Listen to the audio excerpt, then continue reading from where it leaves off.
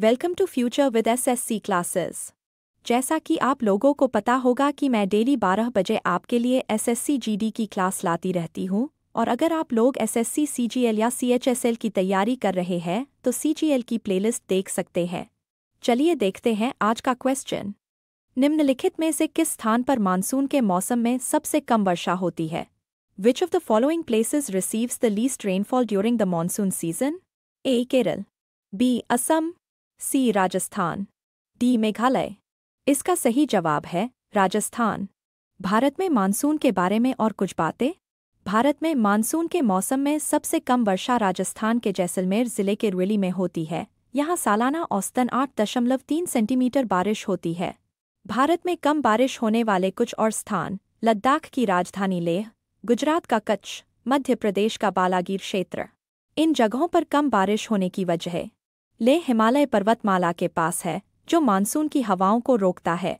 लेह ऊंचाई पर स्थित है जो बारिश के लिए अनुकूल नहीं है।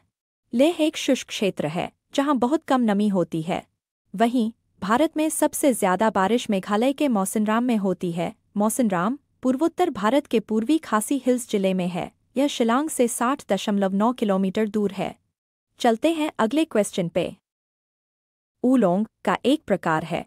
Oolong is a variant of A. Coffee, B. Jute, C. Chai, D. Rubber. इसका सही जवाब है चाय। ऊलोंग के बारे में और कुछ बातें। ऊलोंग चाय का एक प्रकार है। यह कैमेलिया साइनेंसिस पौधे की पत्तियों से बनती है, जिससे हरी और काली चाय भी बनती है। ऊलोंग चाय को आंशिक रूप से ऑक्सीकृत किया जाता है, जिससे इसका स्वाद हरी और काली चाय के बीच का होता है। ऊलोंग चाय को मुख्य रूप से 2 प्रकारों में बांटा गया है। ग्रीन ओलोंग, जिसे लाइट या जेड ओलोंग भी कहा जाता है, यह हरी चाय के करीब होती है। डार्क ओलोंग, जो काली चाय के करीब होती है।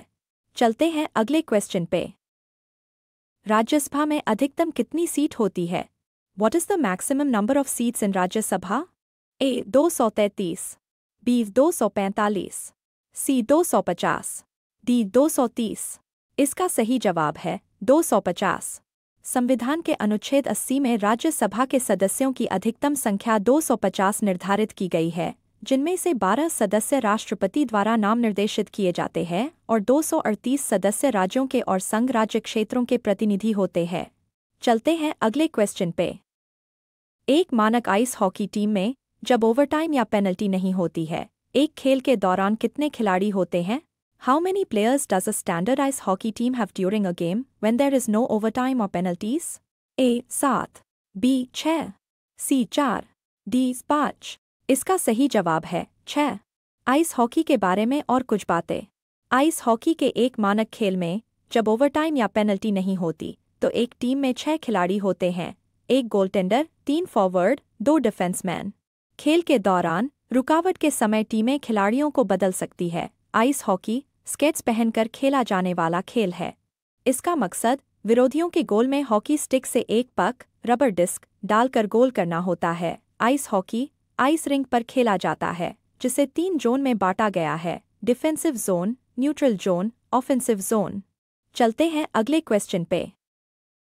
भारत के किस शहर को उसके ऑटोमोबाइल उद्योग के कारण डेट्रॉइट ऑफ इंडिया कहा जाता है? Which city in India is called the Detroit of India because of its automobile industry?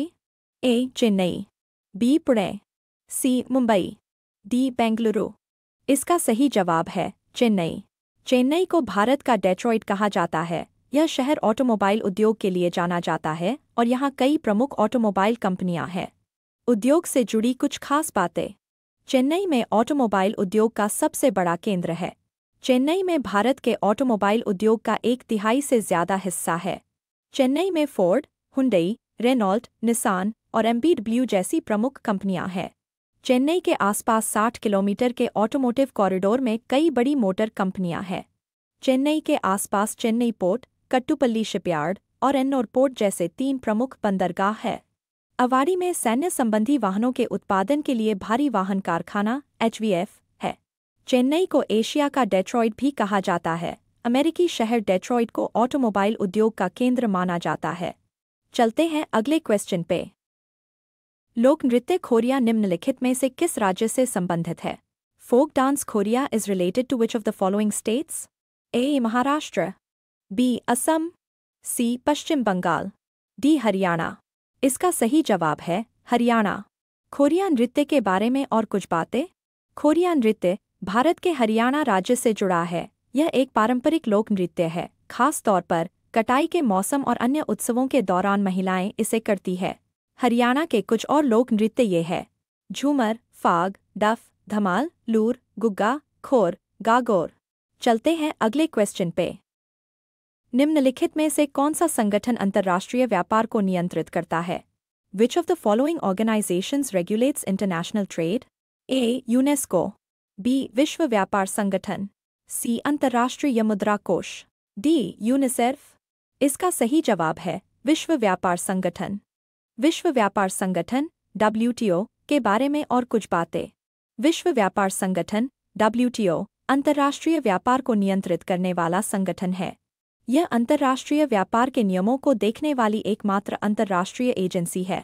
इसका मकसद अंतर्राष्ट्रीय व्यापार को उदार बनाना है। WTO के समझौतों पर दुनिया के ज़्यादातर व्यापारिक देशों की बातचीत होती है और उन पर हस्ताक्षर किए जाते हैं। WTO की स्थापना 1 जनवरी 1995 को हुई थी। WTO में शीर्ष स्तरीय फैसले लेने वाला प्राधिकरण मंत्रिस्तरीय सम्मेलन है। यह सम्मेलन हर 2 साल में कम से कम एक बार होता है। WTO की स्थापना से पहले टैरिफ और व्यापार पर सामान्य समझौता GATT था। हालांकि ITO अंतर्राष्ट्रीय व्यापार संगठन कभी अस्तित्व में नहीं आया। चलते हैं अगले क्वेश्चन पे। भारत के प्रधानमंत्री के रूप में पंडित जवाहरलाल नेहरू उत्तराधिकारी कौन बने? Who succeeded Pandit Jawaharlal Nehru as the Prime Minister of India? A. Lal Bahadur Shastri, B. Indira Gandhi, C. Morarji Desai, D. Gulzarilal नंद। इसका सही जवाब है लाल बहादुर शास्त्री।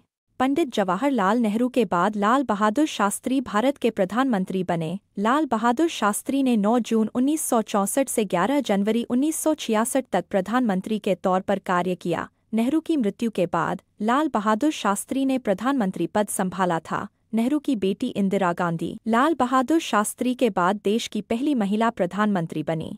जवाहरलाल नेहरू भारत के पहले प्रधानमंत्री थे। उन्होंने 15 अगस्त 1947 को शपथ ली थी और अपनी मृत्यु तक इस पद पर रहे। नेहरू ने उदारवादी समाजवादी आर्थिक सुधारों को लागू किया और भारत को औद्योगिकीकरण की नीति के लिए प्रतिबद्ध किया। चलते हैं अगले क्वेश्चन पे। किस घराने का ख्याल गायन में योगदान महत्वपूर्ण है? Which घराना contributed significantly to ख्याल सिंगिंग? A. ग्वालियर घराना, B. आगरा घराना, C. पटियाला घराना, D. जयपुर घराना। इसका सही जवाब है ग्वालियर घराना। ग्वालियर घराना के बारे में और कुछ बातें। ग्वालियर घराना यह भारतीय शास्त्रीय संगीत में सबसे पुराना ख्याल घराना माना जाता है। इसकी स्थापना 16वीं शताब्दी के पूर्वार्ध में हुई थी। ग्वालियर घराने की ख्याल शैली अपनी सटीकता और स्पष्टता के लिए जानी जाती है। चलते हैं अगले क्वेश्चन पे। मेदाराम जतरा महोत्सव कोया जनजाति द्वारा मनाया जाने वाला एक दिवसीय त्योहार है। Medaram Jatra Festival is a day-long festival celebrated by the Koya tribe. A. 5, B. 3, C. 2, D. 4। इसका सही जवाब है 4। मेदाराम जतरा महोत्सव के बारे में और कुछ बातें। मेदाराम जतरा महोत्सव कोया जनजाति द्वारा मनाया जाने वाला 4 दिनों का त्योहार है। यह त्योहार तेलंगाना के मुलुगु जिले के मेदाराम गांव में मनाया जाता है। यह त्योहार देवी सम्मक्का और सरलम्मा को समर्पित है। मेदाराम जतरा के बारे में कुछ और बातें। यह त्योहार हर 2 साल में माघ, फरवरी महीने की पूर्णिमा के दिन मनाया जाता है। यह त्योहार तेलंगाना सरकार का एक राज्य उत्सव है। यह दुनिया का सबसे बड़ा आदिवासी धार्मिक समागम है। इस त्योहार में देश के अलग अलग हिस्सों और विदेशों से भी लाखों श्रद्धालु आते हैं। इस त्योहार में लोग देवी को अपने वजन के बराबर मात्रा में बंगाराम सोना, गुड़ चढ़ाते हैं। इस त्योहार में लोग जम्पन्नावागु धारा में पवित्र स्नान करते हैं। यह त्योहार एक माँ और बेटी सम्मक्का और सरलम्मा की लड़ाई का प्रतीक है। चलते हैं अगले क्वेश्चन पे। लिपुलेख दर्रा किस राज्य में है? In which state is Lipulekh pass located? A. Himachal Pradesh, B. Arunachal Pradesh, C. Uttarakhand, D. Sikkim. इसका सही जवाब है उत्तराखंड। लिपुलेख दर्रा के बारे में और कुछ बातें। यह दर्रा भारत के कुमाऊं क्षेत्र को तिब्बत के बालाकोट पुरंग शहर से जोड़ता है। यह कैलाश और मानसरोवर के तीर्थयात्रियों द्वारा विशेष रूप से इस्तेमाल होता है। नेपाल दावा करता है कि 1816 की सुगौली संधि के अनुसार लिपुलेख दर्रा उसके इलाके में पड़ता है। नेपाल के पास दर्रे के दक्षिणी किनारे पर दावे हैं, जिसे कालापानी क्षेत्र कहा जाता है। चलते हैं अगले क्वेश्चन पे। किसकी आत्मकथा का शीर्षक एस अगेंस्ट ऑड्स है? Whose autobiography is titled Ace Against Odds? A. Sania Mirza, B. Mary Kom, C. Saina Nehwal, D. Mirabai Chanu. इसका सही जवाब है सानिया मिर्जा। सानिया मिर्जा के बारे में और कुछ बातें।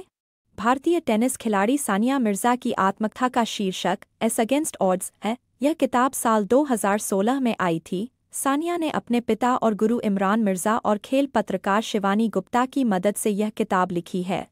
इस किताब में भारत और दुनिया की टॉप महिला टेनिस खिलाड़ियों में से एक बनने की सानिया की यात्रा का वर्णन है। यह किताब 40 अध्यायों की है और इसमें सानिया के बचपन से लेकर अब तक की कहानी है। इस किताब का विमोचन भारतीय अभिनेता शाहरुख खान ने जुलाई 2016 में किया था। चलते हैं अगले क्वेश्चन पे। सत्रिया के एकांकी नाटक को क्या कहा जाता है? What is the one-act play of Satriya called? A. Ekam Naat, B. विशेषम naught, C. Anant naught, D. Ankiya नाट। इसका सही जवाब है अंकिया नाट। सत्रिया के एकांकी नाटक के बारे में और कुछ बातें। सत्रिया के एकांकी नाटकों को अंकिया नाट कहा जाता है। ये नाटक गीत, नृत्य और नाटक के माध्यम से धार्मिकता और सौंदर्य को जोड़ते हैं। सत्रिया नृत्य असम का एक प्रमुख शास्त्रीय नृत्य है। इसकी जड़ें 15वीं शताब्दी के भक्ति आंदोलन से जुड़ी हुई है। साल 2000 में भारत की संगीत नाटक अकादमी ने इसे भारत के 8 शास्त्रीय नृत्यों में से एक माना था। चलते हैं अगले क्वेश्चन पे। भारत का पहला परमाणु ऊर्जा स्टेशन में स्थित है। India's first nuclear power station is located in A. Khopoli, Maharashtra, B. Tarapur, Maharashtra, C. Narora, Uttar Pradesh, D. Kaiga, Karnataka. इसका सही जवाब है तारापुर, महाराष्ट्र। तारापुर परमाणु ऊर्जा स्टेशन के बारे में और कुछ बातें। तारापुर परमाणु ऊर्जा स्टेशन टैप्स महाराष्ट्र के पालघर जिले के तारापुर में स्थित है। इसका नाम तारापुर परमाणु ऊर्जा स्टेशन टैप्स है। इसे 28 अक्टूबर 1969 को चालू किया गया था। इसे संयुक्त राज्य अमेरिका और अंतर्राष्ट्रीय परमाणु ऊर्जा एजेंसी IAEA की मदद से बनाया गया था। यह भारतीय परमाणु ऊर्जा निगम NPCIL द्वारा संचालित है। इसमें 300 मेगावाट की क्षमता के साथ 2 रिएक्टर थे। यह एक उबलते पानी के रिएक्टर BWR और दाब वाले भारी जल के रिएक्टर PHWR के प्रकार का रिएक्टर है। चलते हैं अगले क्वेश्चन पे। हिंदी उपन्यास तमस तमस किस लेखक ने लिखा है? Which author has written the Hindi novel Tamas? A. Shrilal Shukla, B. Bhishma Sahni, C. Premchand, D. Yashpal. इसका सही जवाब है भीष्म साहनी। हिंदी उपन्यास तमस के बारे में और कुछ बातें। हिंदी उपन्यास तमस को भीष्म साहनी ने लिखा था। यह उपन्यास भारत के विभाजन की पृष्ठभूमि पर लिखा गया है। इसमें सांप्रदायिक तनाव और हिंसा की त्रासदी को दिखाया गया है। इस उपन्यास को साल 1975 में साहित्य अकादमी पुरस्कार से सम्मानित किया गया था। चलते हैं अगले क्वेश्चन पे। गुआ और नोवामुंडी खदानें भारत के किस राज्य में स्थित है? Gua and Noamundi mines are located in which state of India? A. Assam, B. Haryana, C. Rajasthan, D. Jharkhand. इसका सही जवाब है झारखंड। गुआ और नोवामुंडी के बारे में और कुछ बातें।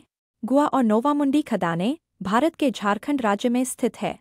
गुआ झारखंड के पश्चिमी सिंहभूम जिले में स्थित एक जनगणना शहर है। यह छोटा नागपुर पठार में स्थित एक खनन गांव है। नोवामुंडी झारखंड के पश्चिमी सिंहभूम जिले में स्थित एक जनगणना शहर और प्रशासनिक ब्लॉक है। यह ओडिशा सीमा के पास स्थित है। नोवामुंडी खनन और हेमेटाइट लॉ अयस्क के निर्यात के लिए जाना जाता है। यह क्षेत्र टाटा लॉ और इस्पात उद्योग के स्वामित्व में है। चलते हैं अगले क्वेश्चन पे। अखिल भारतीय हरिजन सेवक संघ की स्थापना निम्नलिखित में से किस वर्ष में हुई थी? In which of the following year was the All India Harijan Sevak Sangh established? A. 1928, B. 1932, C. 1942, D. 1919। इसका सही जवाब है 30 सितंबर 1932। अखिल भारतीय हरिजन सेवक संघ की स्थापना 30 सितंबर 1932 को हुई थी। इसकी स्थापना महात्मा गांधी ने की थी। यह एक गैरलाभकारी संगठन है। इसका मुख्यालय दिल्ली के किंग्सवे कैंप में है। इस संगठन की स्थापना के पीछे मकसद था भारत में अस्पृश्यता को खत्म करना, हरिजन या दलित लोगों के लिए काम करना, भारत के वंचित वर्ग का उत्थान करना, समाज के सामाजिक और आर्थिक रूप से वंचित वर्ग, खासकर दलित समुदाय के कल्याण के लिए काम करना। महात्मा गांधी ने 7 नवंबर 1933 से देशव्यापी हरिजन अभियान चलाया था। इस अभियान की शुरुआत सेवाग्राम आश्रम से हुई थी। उन्होंने पूरे देश का भ्रमण किया था। उनका मकसद लोगों को दलित उत्थान, अस्पृश्यता निवारण और सभी के कल्याण के प्रति जागरूक करना था। चलते हैं अगले क्वेश्चन पे। भांगड़ा किस राज्य का लोक नृत्य है? Bhangra is the folk dance of which state? A. Rajasthan, B. Gujarat, C. Assam, D. Punjab. इसका सही जवाब है पंजाब। भांगड़ा लोक नृत्य के बारे में और कुछ बातें। पंजाब के 2 प्रमुख लोक नृत्य हैं, भांगड़ा, गिद्धा। भांगड़ा पंजाब का लोक नृत्य है। यह पंजाब के 2 प्रमुख लोक नृत्यों में से एक है। भांगड़ा पंजाब का सबसे लोकप्रिय लोक नृत्य है। यह पुरुषों का नृत्य है। भांगड़ा की शुरुआत पाकिस्तान के पंजाब के सियालकोट क्षेत्र से हुई थी। यह नृत्य मुख्य रूप से बैसाखी के त्योहार पर किया जाता है। भांगड़ा में जोरदार किक, छलांग और झुकाव किया जाता है। इस नृत्य में बोलियां गाई जाती है और ढोल की थाप पर नृत्य किया जाता है। भांगड़ा के बारे में कुछ खास बातें। भांगड़ा पंजाब के कृषि क्षेत्रों के सिख और मुस्लिम पुरुषों द्वारा किया जाने वाला नृत्य है। यह नृत्य बैसाखी के त्योहार पर किया जाता है। बैसाखी अप्रैल से मई के बीच फसल के मौसम में आने वाला त्योहार है। पंजाब के कुछ और लोक नृत्य झूमर, सम्मी, मालवई गिद्धा, लुड्डी। चलते हैं अगले क्वेश्चन पे। निम्नलिखित में से कौन सा राजवंश बंगाल के पालों का उत्तराधिकारी बना? Which of the following dynasties succeeded the Palas of Bengal? A. Sen राजवंश, B. देव, C. मौखरी, D. गौड़। इसका सही जवाब है सेन राजवंश। सेन राजवंश के बारे में और कुछ बातें। पाल वंश के बाद बंगाल पर सेन राजवंश ने शासन किया। पाल वंश के पतन के बाद सेन वंश ने 12वीं शताब्दी के मध्य से बंगाल पर शासन किया। सेन वंश का मूल स्थान कर्नाटक था। सेन वंश के राजाओं ने भारत के कई हिस्सों पर शासन किया, खासकर उत्तर भारत, हिमाचल और नेपाल। सेन वंश के कुछ राजाओं के नाम सुरसेन, नारायण सेन, लक्ष्मण सेन II, बल्लाल सेन II और दामोदर सेन। पाल वंश के बारे में कुछ और जानकारी। पाल वंश ने 8वीं शताब्दी के मध्य से लगभग 4 शताब्दियों तक बंगाल और बिहार पर शासन किया। पाल वंश के संस्थापक गोपाल थे। उन्होंने बंगाल में राजनीतिक अराजकता को खत्म किया और मगध में पाल प्रभुत्व बढ़ाया। पाल वंश के अंतिम शासक गोविंद पाल थे। देवपाल पाल वंश का सबसे शक्तिशाली शासक था। चलते हैं अगले क्वेश्चन पे।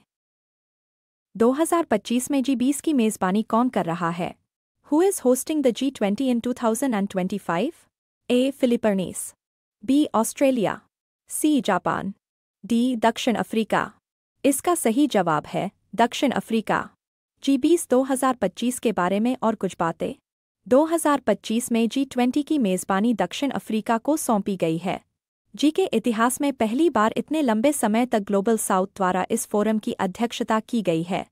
2022 में जी का आयोजन इंडोनेशिया, 2023 में भारत और 2024 में ब्राजील में किया गया। चलते हैं अगले क्वेश्चन पे। भारत में निम्न में से कौन संसद का एक हिस्सा नहीं है? Which of the following is not a part of the parliament in India? A. राष्ट्रपति, B. Lok Sabha, C. Rajya Sabha, D. Bharat के मुख्य न्यायाधीश। इसका सही जवाब है भारत के मुख्य न्यायाधीश। संसद के बारे में और कुछ बातें।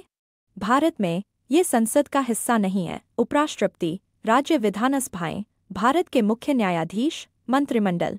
भारतीय संसद एक द्विसदनीय विधायिका है। इसमें 2 सदन होते हैं, लोकसभा और राज्यसभा। राष्ट्रपति किसी भी सदन का सदस्य न होते हुए भी संसद का अभिन्न अंग होता है। चलते हैं अगले क्वेश्चन पे। रिंगिट इनमें से किस देश या क्षेत्र की मुख्य मुद्रा है? Ringgit is the main currency of which of these countries और regions? A. Brand, B. Turkmenistan, C. Malaysia, D. Thailand. इसका सही जवाब है मलेशिया। रिंगिट के बारे में और कुछ बातें। रिंगिट मलेशिया की राष्ट्रीय मुद्रा है, जिसे मलेशिया के सेंट्रल बैंक द्वारा जारी किया जाता है। चलते हैं अगले क्वेश्चन पे। फुगड़ी नृत्य आमतौर पर निम्न में से किस त्योहार के दौरान किया जाता है? Fugdi dance is usually performed during which of the following festivals? A. Deepavali, B. Navratri, C. Ganesh Chaturthi, D. Holi. इसका सही जवाब है गणेश चतुर्थी। फुगड़ी नृत्य के बारे में और कुछ बातें। फुगड़ी नृत्य आमतौर पर गणेश चतुर्थी जैसे हिंदू त्योहारों और व्रत के दौरान किया जाता है। यह गोवा का एक पारंपरिक लोक नृत्य है। इसे कोंकण क्षेत्र की महिलाएं करती है। इस नृत्य में महिलाएं पारंपरिक पोशाक पहनती हैं और लोकगीत गाती है। इसमें लयबद्ध ताली बजाना और गोलाकार हरकतें शामिल होती है। यह नृत्य गोवा की कृषि प्रथाओं से जुड़ा हुआ है। इसे फसल का जश्न मनाने और समृद्धि के लिए आशीर्वाद मांगने के लिए किया जाता था। समय के साथ यह गोवा की विरासत का एक सांस्कृतिक प्रतीक बन गया है। धनगर चरवाहा समुदाय महिलाओं के बीच फुगड़ी की एक विशिष्ट शैली पाई जाती है। चलते हैं अगले क्वेश्चन पे।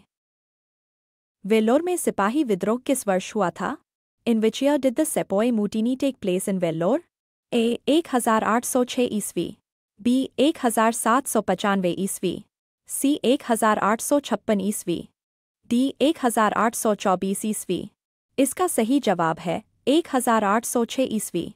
वेल्लोर विद्रोह के बारे में और कुछ बातें। वेल्लोर विद्रोह 10 जुलाई 1806 को हुआ था। यह विद्रोह ब्रिटिश ईस्ट इंडिया कंपनी के खिलाफ भारतीय सिपाहियों ने किया था। यह विद्रोह 1857 के भारतीय विद्रोह से आधी सदी पहले हुआ था। वेल्लोर विद्रोह से जुड़ी कुछ खास बातें। यह विद्रोह ब्रिटिश राज के दौरान एक अहम घटना थी। इस विद्रोह ने भारत में ब्रिटिश प्रशासन को आकार देने में अहम भूमिका निभाई। यह विद्रोह ब्रिटिश शासन के खिलाफ सिपाहियों के विरोध में एक नए युग की शुरुआत थी। इस विद्रोह में विद्रोहियों ने वेल्लोर किले पर कब्जा कर लिया था। चलते हैं अगले क्वेश्चन पे। निम्नलिखित में से कौन तुगलक वंश का शासक नहीं था? Who among the following was not a ruler of the Tughlaq dynasty? A. Muhammad bin Tughlaq, B. Ruknuddin Tughlaq, C. Ghiyasuddin Tughlaq, D. Firoz Shah Tughlaq. इसका सही जवाब है रुकनुद्दीन तुगलक। तुगलक वंश के बारे में और कुछ बातें। तुगलक वंश के कुछ प्रमुख शासक ये रहे: गयासुद्दीन तुगलक, मुहम्मद बिन तुगलक, फिरोज शाह तुगलक। तुगलक वंश के बारे में कुछ और जानकारी। तुगलक वंश के शासकों ने 1320 से 1414 तक दिल्ली सल्तनत और भारतीय उपमहाद्वीप पर शासन किया। तुगलक वंश के शासकों ने विदेशी, आंतरिक और बाहरी नीतियों में कई बदलाव किए। तुगलक वंश के शासन का अंत अमीर तैमूर के आक्रमण के साथ हुआ। मुहम्मद बिन तुगलक ने चांदी के बजाय तांबे के सिक्के जारी किए थे। फिरोज शाह तुगलक ने इंडो इस्लामिक वास्तुकला को संरक्षण दिया। फिरोज शाह तुगलक ने दिल्ली के पास वजीराबाद मस्जिद का निर्माण करवाया था। चलते हैं अगले क्वेश्चन पे। सीके नायडू ट्रॉफी का संबंध किस खेल से है? CK Naidu trophy is related to which sport?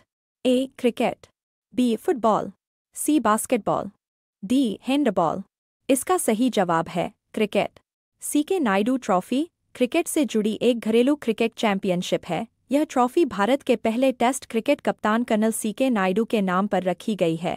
इस ट्रॉफी का आयोजन भारतीय क्रिकेट कंट्रोल बोर्ड (बीसीसीआई) करता है। सीके नायडू से जुड़ी कुछ और बातें। सीके नायडू को भारत का पहला क्रिकेट सुपरस्टार माना जाता है। उन्होंने 1916 से 1963 तक 47 सालों तक प्रथम श्रेणी क्रिकेट खेला। सीके नायडू ने टेस्ट क्रिकेट से संन्यास लेने के बाद होलकर टीम को 8 रणजी ट्रॉफी फाइनल में पहुंचाया था। सीके नायडू ने आंध्र क्रिकेट एसोसिएशन की स्थापना में अहम भूमिका निभाई थी। बीसीसीआई ने सीके नायडू के सम्मान में ही C K Naidu lifetime achievement award की स्थापना की थी। चलते हैं अगले क्वेश्चन पे। शास्त्रीय हिंदू धर्म के भारतीय साहित्य में कितने वेद हैं? How many Vedas are there in the Indian literature of classical Hinduism? A. 3, B. 4, C. 1, D. 2। इसका सही जवाब है 4। शास्त्रीय हिंदू धर्म के भारतीय साहित्य में 4 वेद हैं: ऋग्वेद, यजुर्वेद, सामवेद, अथर्ववेद। वेद प्राचीन भारतीय धार्मिक ग्रंथों का एक विशाल संग्रह है। ये संस्कृत में रचित हैं और हिंदू धर्म के ईश्वर के वचन माने जाते हैं। वेदों में सामान्य जीवन, व्यवहार, प्रकृति और धर्म से जुड़ी जानकारी और निर्देश शामिल है। वेदों के बारे में कुछ और बातें। वेद मौखिक रूप से पारित धार्मिक ग्रंथ है। वेदों के अलावा 6 वेदांग भी हैं। ये है शिक्षा, कल्प, व्याकरण, ज्योतिष, छंद और निरुक्त। चलते हैं अगले क्वेश्चन पे। पहले दक्षिण एशियाई खेलों की मेजबानी द्वारा की गई थी। The first South Asian games were hosted by A Kathmandu, B Dhaka, C Colombo, D Calcutta. इसका सही जवाब है काठमांडू। पहले दक्षिण एशियाई खेलों की मेज़बानी नेपाल की राजधानी काठमांडू ने की थी। ये खेल साल 1984 में आयोजित किए गए थे। दक्षिण एशियाई खेलों को दक्षिण एशियाई संघ खेलों (एसएएफ) खेलों के नाम से भी जाना जाता है। इन खेलों का आयोजन हर 2 साल में होता है। दक्षिण एशियाई खेलों के बारे में कुछ और खास बातें। इन खेलों का आयोजन दक्षिण एशियाई देशों के बीच खेल भावना और क्षेत्रीय सहयोग को बढ़ावा देने के लिए किया जाता है। इन खेलों में अफगानिस्तान, बांग्लादेश, भूटान, भारत, मालदीव, नेपाल, पाकिस्तान और श्रीलंका जैसे देश हिस्सा लेते हैं। दक्षिण एशियाई खेलों का संचालन दक्षिण एशियाई खेल परिषद (एसएएससी) करती है। इसकी स्थापना साल 1983 में हुई थी। चलते हैं अगले क्वेश्चन पे। भारत के किस राज्य में सबसे अधिक सिंचित क्षेत्र है? Which state of India has the largest irrigated area? A. Paschim Bangal, B. Uttar Pradesh, C. Rajasthan, D. Punjab. इसका सही जवाब है उत्तर प्रदेश। भारत में सबसे ज्यादा सिंचित क्षेत्र उत्तर प्रदेश में है। उत्तर प्रदेश में 17.6 मिलियन हेक्टेयर क्षेत्र सिंचित है। उत्तर प्रदेश में सिंचाई के लिए नहरों, ट्यूबवेल, कुओं और टैंकों का इस्तेमाल किया जाता है। उत्तर प्रदेश में सिंचाई के लिए प्रमुख परियोजनाएं ये हैं: लखवार व्यासी, पूर्वी गंगा नहर, ऊपरी गंगा नहर, मौधा बांध, सरदा सहायक, सरयू कनाल, उर्मिल बांध। भारत में सिंचाई के बारे में कुछ और बातें। भारत में कुल कृषि भूमि का 48.8% हिस्सा सिंचित है। शेष 51.2% हिस्सा बारिश पर निर्भर है। देश में कुल सिंचित क्षेत्र में कुओं और नलकूपों का सबसे ज्यादा योगदान है। सिंचाई के मामले में पंजाब देश में पहले नंबर पर है। पंजाब में 98% फसल भूमि सिंचाई के अंतर्गत आती है। चलते हैं अगले क्वेश्चन पे। निम्नलिखित में से कौन सी तमिलनाडु की सबसे ऊंची चोटी है? Which of the following is the highest peak in Tamil Nadu? A. Mahendragiri, B. Anaimudi, C. Nanda Devi, D. Doda Betta. इसका सही जवाब है डोडा बेट्टा। डोडा बेट्टा के बारे में और कुछ बातें। तमिलनाडु की सबसे ऊंची चोटी डोडा बेट्टा है। यह नीलगिरी पहाड़ियों में स्थित है और इसकी ऊंचाई 2637 मीटर 8652 फुट है। डोडा बेट्टा ऊटी बस स्टैंड से करीब 10 किलोमीटर दूर है। डोडा बेट्टा को बिग माउंटेन भी कहा जाता है।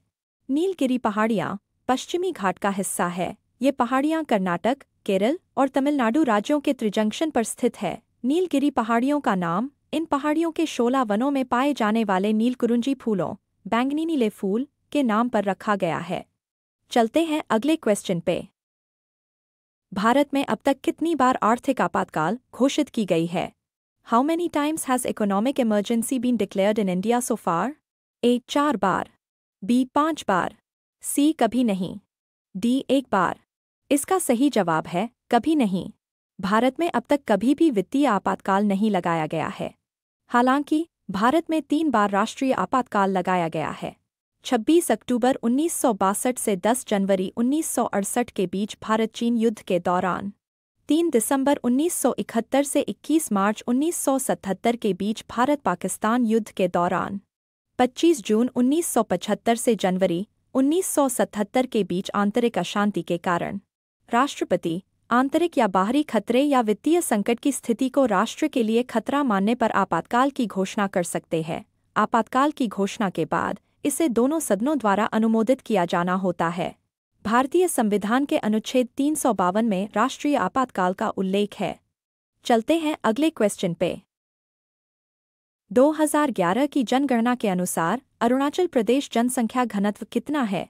According to the 2011 census, what is the population density in Arunachal Pradesh? A. 17 व्यक्ति प्रति वर्ग किलोमीटर, बी. 18 व्यक्ति प्रति वर्ग किलोमीटर, सी. 19 व्यक्ति प्रति वर्ग किलोमीटर, डी. 20 व्यक्ति प्रति वर्ग किलोमीटर। इसका सही जवाब है 17 व्यक्ति प्रति वर्ग किलोमीटर। अरुणाचल प्रदेश जनसंख्या घनत्व के बारे में और कुछ बातें। 2011 की जनगणना के मुताबिक अरुणाचल प्रदेश का जनसंख्या घनत्व 17 व्यक्ति प्रति वर्ग किलोमीटर था। यह भारत के औसत जनसंख्या घनत्व 370 व्यक्ति प्रति वर्ग किलोमीटर से बहुत कम है। साल 2011 में अरुणाचल प्रदेश की कुल आबादी 13,83,727 थी। इसमें 7,13,912 पुरुष और 6,69,815 महिलाएं थीं। अरुणाचल प्रदेश की आबादी में करीब 2/3 हिस्सा स्वदेशी समूहों का है, बाकी 1/3 हिस्सा आप्रवासी है, जिनमें से ज़्यादातर लोग बंगाली या हिंदी बेल्ट से आए हैं। चलते हैं अगले क्वेश्चन पे। भारत में बजट घाटे को दिखाने का चलन किस बजट से बंद कर दिया गया था? In which budget was the practice of showing budget deficit discontinued in India? A. 1996 से 97, B. 1995 से 96, C. 1997 से 98, D. 1992 से 93। इसका सही जवाब है 1996 से 97। भारत में बजट घाटे को पूरा करने के लिए तदर्थ ट्रेजरी बिल प्रणाली को 31 मार्च 1997 को बंद कर दिया गया था। बजट घाटे के बारे में कुछ और जानकारी। बजट घाटा तब होता है जब सरकार राजस्व से ज़्यादा खर्च करती है। बजट घाटा किसी देश के वित्तीय स्वास्थ्य को दर्शाता है। राजकोषीय घाटे को कम करने के लिए सरकार को कर और गैरकर प्राप्तियों में बढ़ोतरी करनी चाहिए। राजस्व व्यय में कमी करके भी राजकोषीय घाटे को कम किया जा सकता है। आज के लिए इतना ही।